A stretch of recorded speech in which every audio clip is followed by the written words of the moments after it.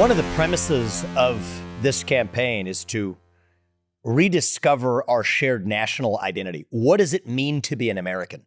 Right? You ask most people my age that question, you literally get a blank stare in response. I think that's a vacuum of identity. I think when you have a vacuum that runs that deep, that is when poison begins to fill the void.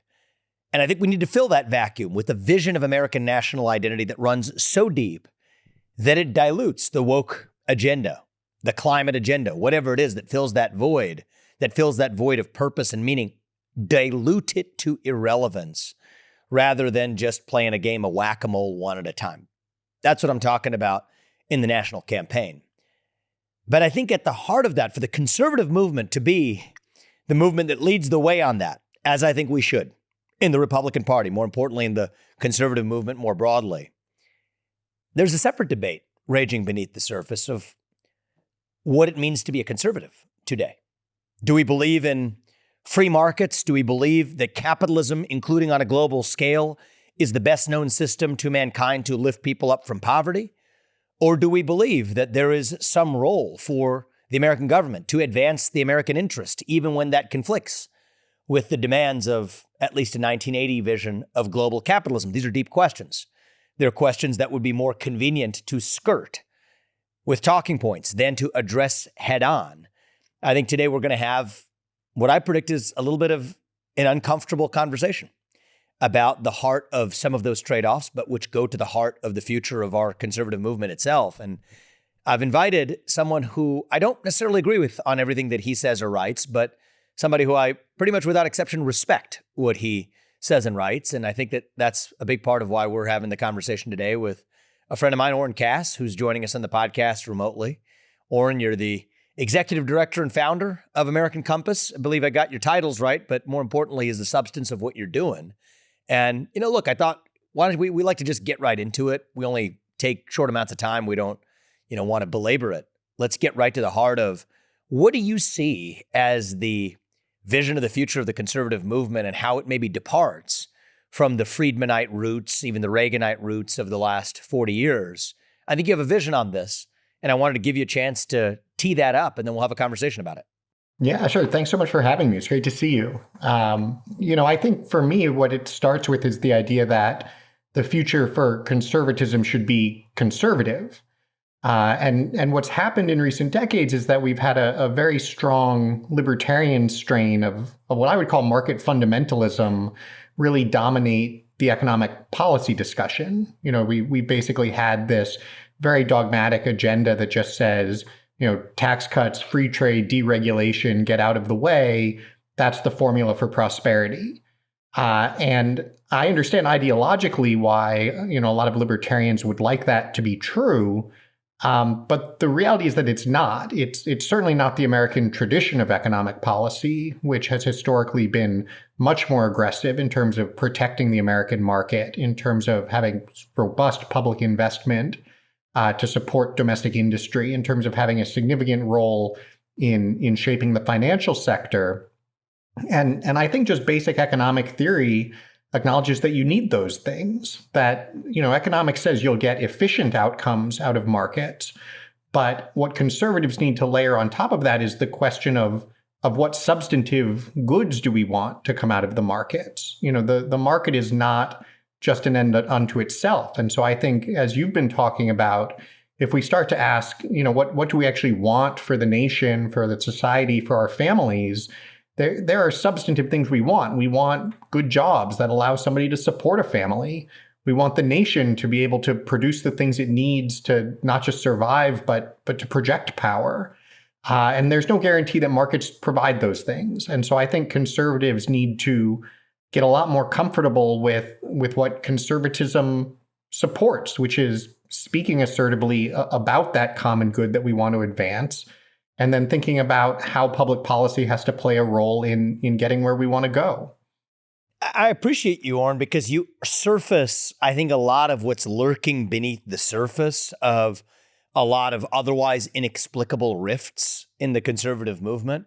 I don't, my views are different than yours, but let me just ask you to maybe give some examples of a couple of policies where you would give a fair shake to the best version of the classical, you could call it neoliberal conservative or whatever label you want to apply, Friedmanite, post-Reagan era policy, that you say we need to maybe think about a little bit differently and do a little bit differently, just to make that a little bit more tangible and real, and then we can kind of get into the debate a little bit.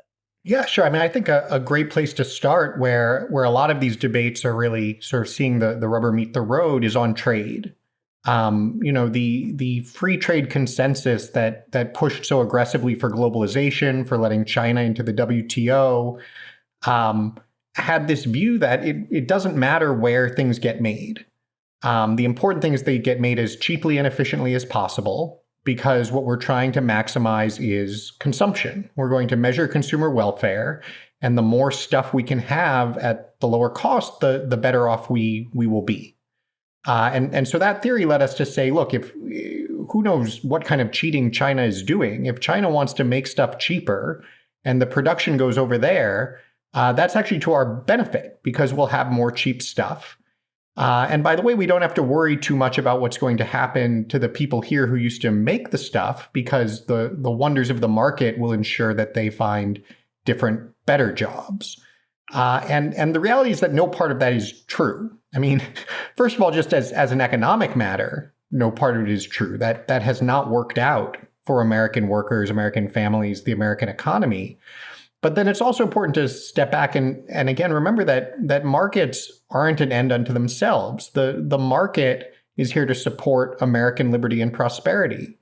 And one thing that we see when we say we're just going to have free trade with an authoritarian communist dictatorship is that pretty soon that starts to warp our market. It warps the incentives here. And if you have a market where people are trying to do whatever generates the most profit, and pleasing the CCP generates the most profit, then that's what people are going to do. And so I think people are rightly recognizing that was wrong, that we need to change course.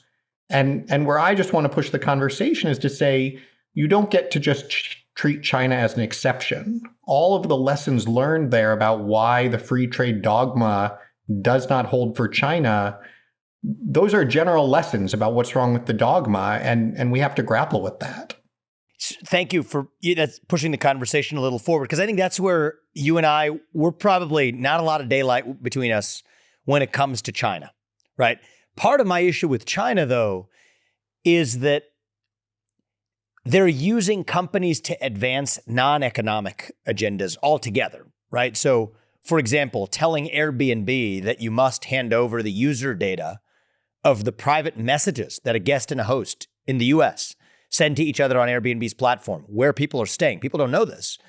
They have to hand that over as a condition for doing business in China. BlackRock had to jump through a lot of hoops doing lobbying, effectively backdoor lobbying, Larry Fink did, in order to effectively get the right to sell mutual funds in China. I mean, you see, that's how they turn companies into circus monkeys. They say jump, CEOs ask how high, because they're advancing goals that are not even economic in nature, but that advance their geopolitical goals unrelated to the economics of it. And that's unique to, I would argue at least, unique to this Chinese mercantilism, which is a subset of a tactic used by the CCP.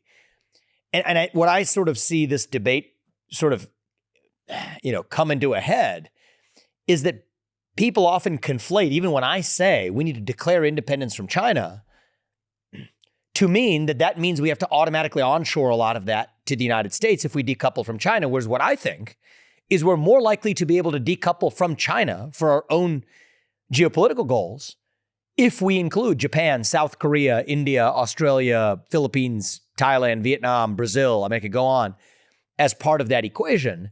And that making sure that we have the opportunity for those redundancies through the gains from trade, yes, through a classical Adam Smith competitive advantage view, that actually is essential for us to be able to do the thing we need to do vis-a-vis China without necessarily conflating it with a protectionist, and what I would go so far as to say coddling agenda that actually makes America less competitive over the long run. And so I think you and I have deeply common ground, but for slightly different reasons that maybe come apart when I look beyond China as to whether or not we should reject free trade and throw the proverbial baby out with the bathwater, where China's the bathwater and trade with our other nations and allies who do share our values economically and politically and otherwise as allies of the United States, they would be the baby. Well, I think you're right that national security is sort of the special case and the easiest case. And the most important, perhaps, right now. Yeah. Well, especially important with respect to China in this context. But I think the broader economic story is the really critical one for policymakers to focus on, and especially for conservatives to think about if they're going to develop an agenda that actually is responsive to the challenges facing the typical American family. I mean, I think, there are all sorts of problems with Airbnb's message data being disclosed or with how BlackRock behaves. But if you're thinking about what are sort of the key challenges facing American families and communities, it comes down a lot more to, the shape of domestic investment, the types of jobs that are being created, whether wages are rising.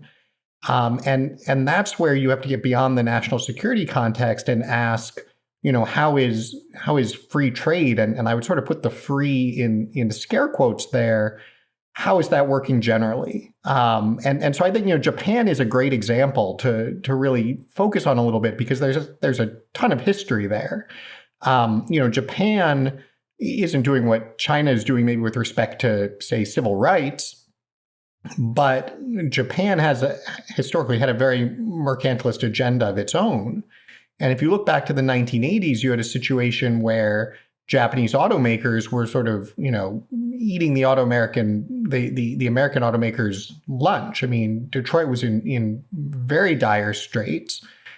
You had Japanese imports taking share very quickly. And what Ronald Reagan did was negotiate an agreement with the Japanese that just imposed a quota on the import of Japanese cars. Now, did that raise prices for American consumers? Yes, it did in the short run. It also led to the Japanese auto companies building the entire auto industry that now exists in the American South.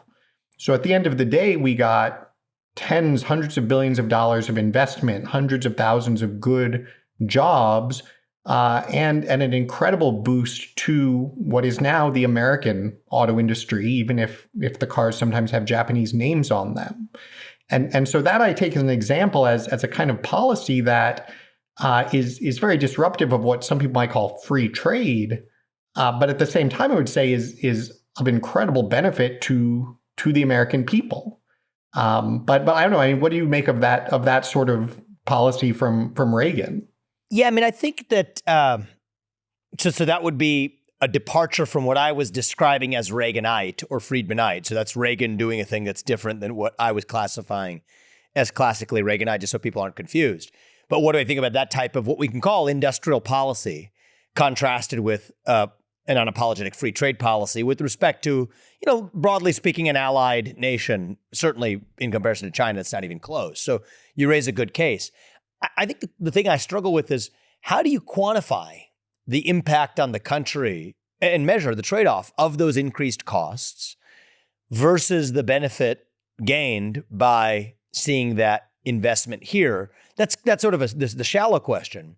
I think the deeper question is whether or not you can actually have a central actor that can predictably make those decisions in the right way, even if that happened to be the right one. Can we rely on a model that has, effectively, I'm going to use this word intentionally, a central planner that makes those decisions? Because somebody's got to make those decisions. I think in your worldview of it, that's part of the role for the U.S. government, including the federal government.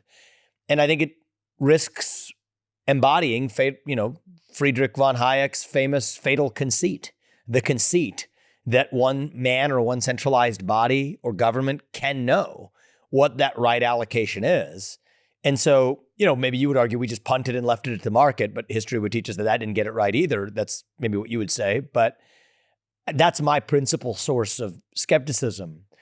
And I guess a question for you in responding to that is, how would you distinguish your position from that of the classical left or the current left, for that matter, which is very skeptical of markets as the mechanism to allocate resources, which believes that the state ought to play a role in making sure that other affirmative goals are achieved even when the true free market, even the unfettered version of it, not the Chinese corrupted version of it, but the harder case, the unfettered version of it, is left to itself. And I don't think that you have to not be on the left. Maybe you are on the, like that's okay. I think that that's not a bad word, but just to understand, I don't think you identify yourself that way. What distinction would you draw there? Well, I think the way that you've sort of described central planning or framed what someone like Hayek would say really conflates two different questions. When we think about sort of Hayek's case for the free market and discussion of kind of the fatal conceit and the celebration of the market, a lot of that comes down to the idea of price signals. That in a free market, the choices that people make in response to price signals and the way that their choices in turn affect what prices are convey information in a way that no individual planner could ever hope to sort of understand or react to. And that's exactly right. And so I think central planning in the sense that it, we think of it negatively, right? Like the Soviet Union trying to figure out how many screws each factory should make. That's clearly a bad idea, and it empirically doesn't work.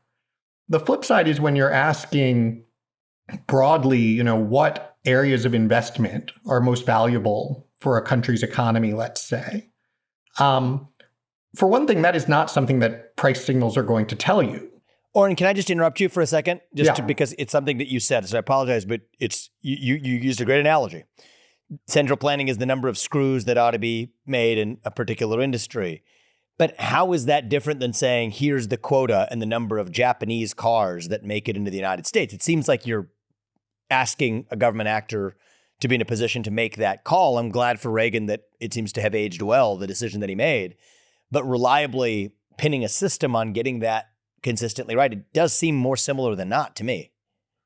Well, again, I think there are two things here. One is the question of, well, what information would you need to make that decision? And so when you're thinking about the macro level of, what is literally the largest category of imports into America, putting energy aside, automobiles, do we care whether, one of the largest employers in this country, do we care whether or not we have a robust domestic auto industry? The question is, who do we want to have thinking about that question? You could say, well, we just want the market to figure it out. But it's important to understand that that's not something that markets do. Markets will tell you where a car today can most efficiently be made, but it cannot give you the answer to the question of whether or not you want to have a robust domestic auto industry.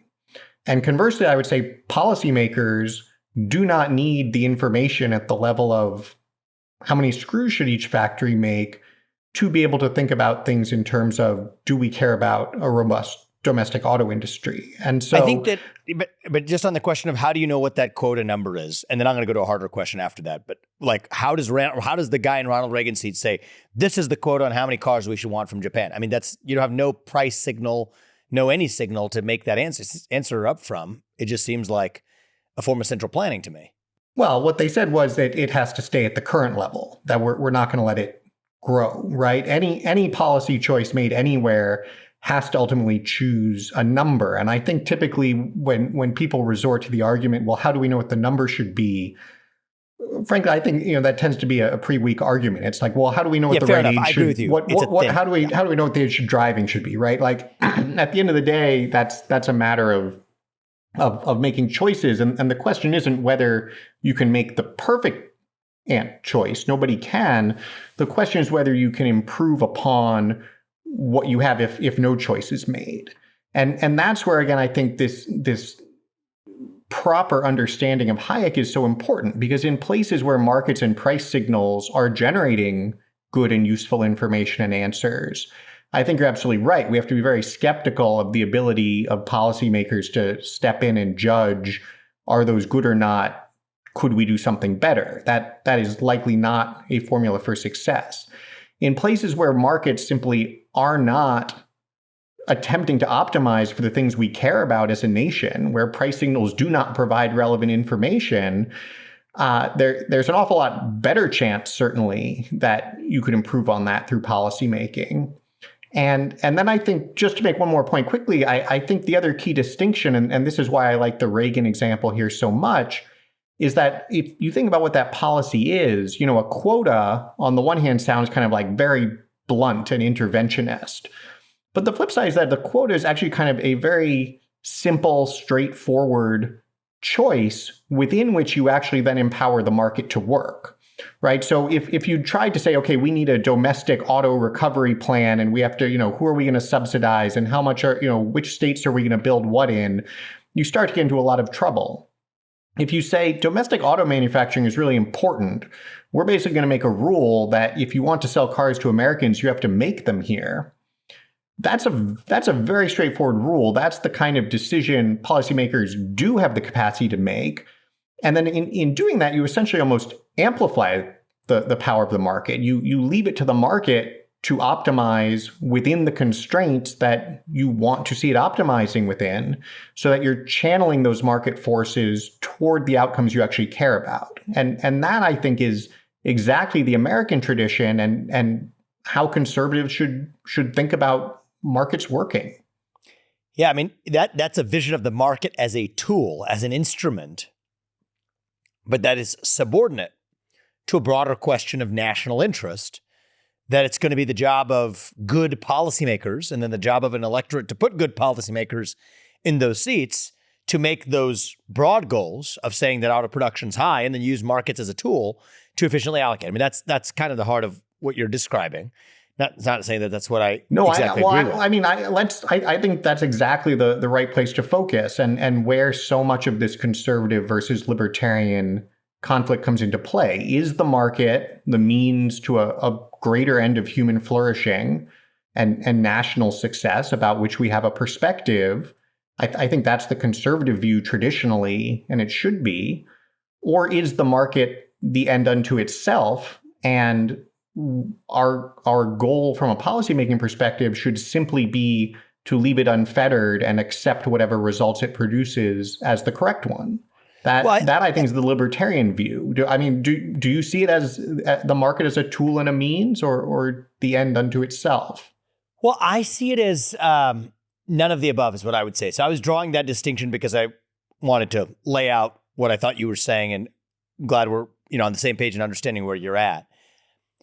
So I call myself a conservative, but the distinction I draw from a libertarian is not the one that you draw, and I would probably be closer to libertarian than you are for this reason, is that I think there's more to life than that which can be delivered in the market. Okay? There are important concepts like virtue in the way we live our lives that matter, that ought not be governed or determined by the market.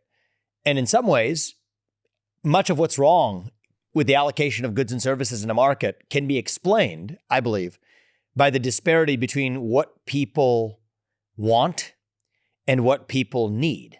And the delta between the two, between what you want and what you need, is a pretty good approximation, crude approximation for virtue. And so I think that part of what capitalism does that I think can be harmful against a backdrop of a society that's not virtuous, it's like John Adams, a Constitution was made for a moral people.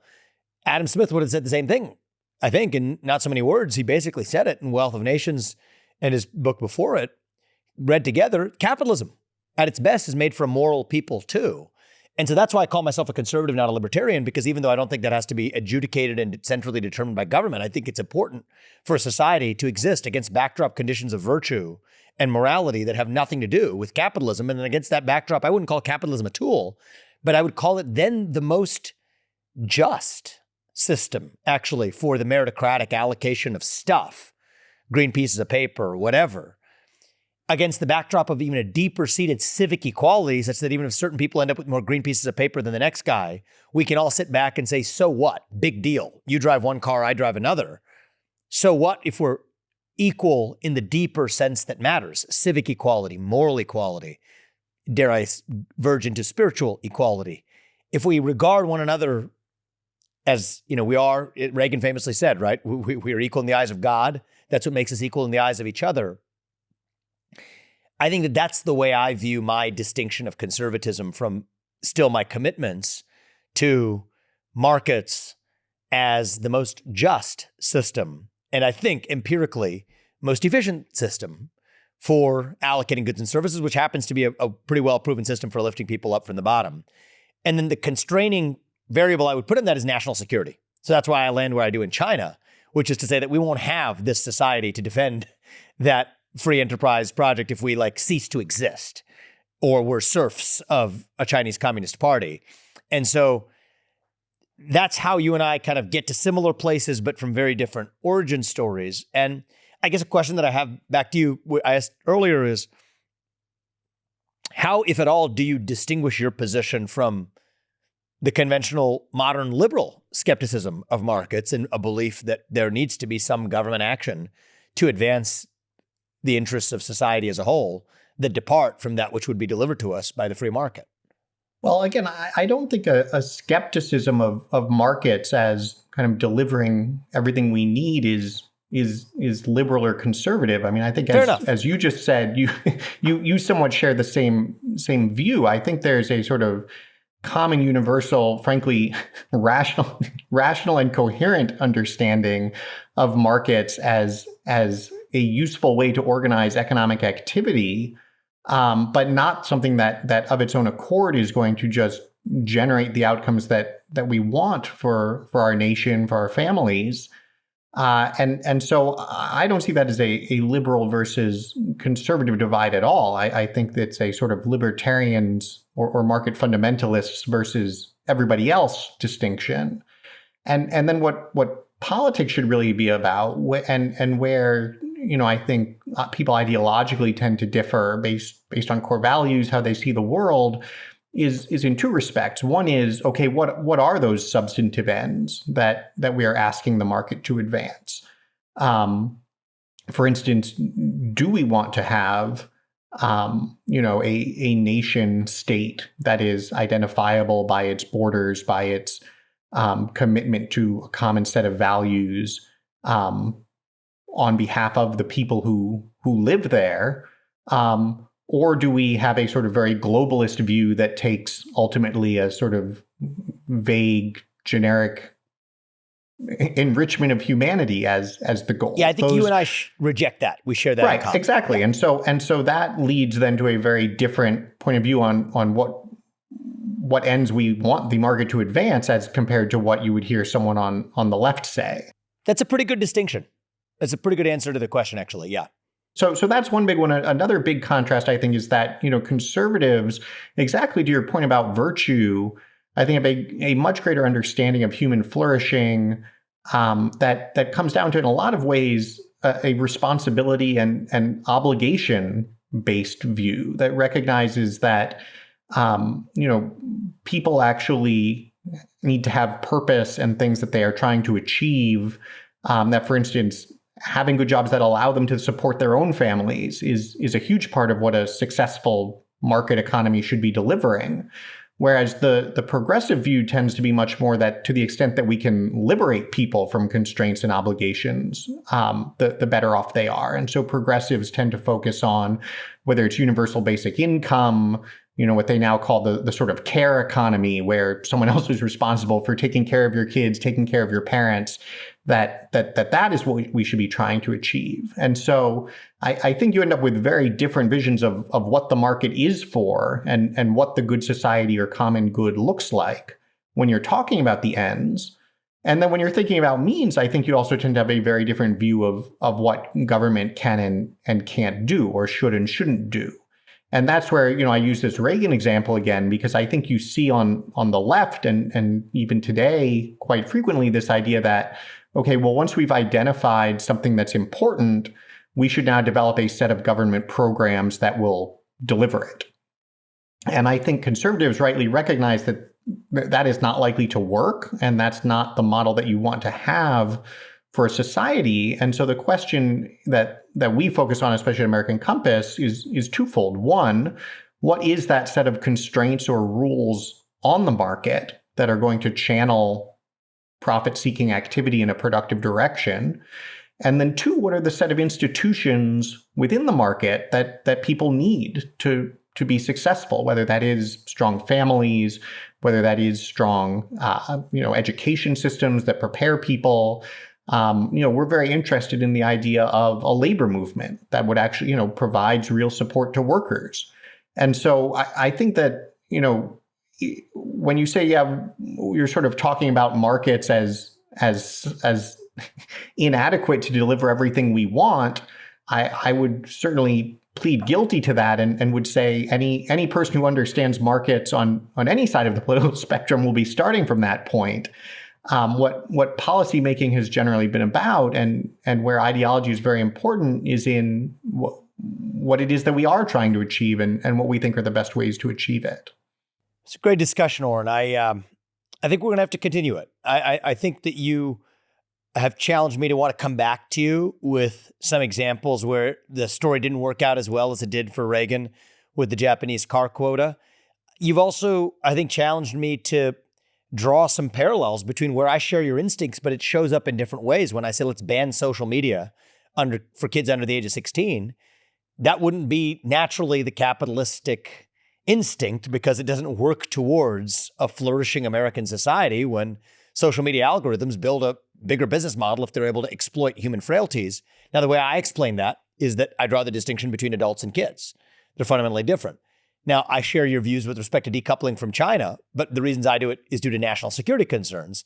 But I think I'm drawing two different exceptions there to a general rule, both of which are oriented towards American flourishing. One is geopolitical protection against China, the other is protecting children, which overlaps. It's not exactly the same center of gravity as your broader concern, which I think is more even inextricably linked to the economics of human flourishing too.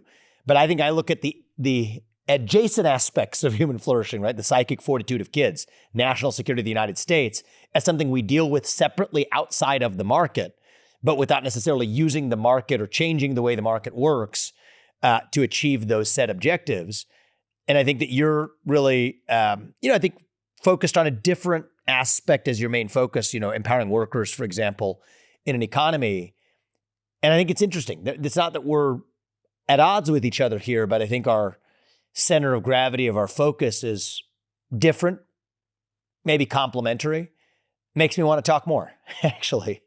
Yeah, just to throw out one more thought for you, would love to do this again. I think you're exactly right that the sort of non-economic exceptions are the easy ones. I think where it gets really hard is when we ask, well, what about the things that are economic and that we do want markets to do? And so that's where, workers and wages, for instance, is so important. Presumably, we want people to be able to support their families. Well, either we have to ask the market to create those kinds of jobs, or we're going to have to do that outside of the market. And I think we do want the market to do those. And that's where you then run into the unavoidable conflict of having to realize that there are substantive ends we want the market to deliver, and that leads to needing a role for policy in the market. And that's where you and I might come apart a little bit, where I would say yes, but we cultivate virtue as a precondition for the market outside of that through the family bonds that we form, not expecting the market to play a role in being commingled with that function. Deep discussion, Oren. I appreciated that. And you've made me think, as you always do when we talk, which is why I like to make sure we have more of them. So make more of the conversations. So if you're open to it, let's pick this up on a future segment. Love to do it anytime. Yeah. Appreciate it, my man. Thank you. I'm Vivek Ramaswamy, candidate for president, and I approve this message. Paid for by Vivek 2024.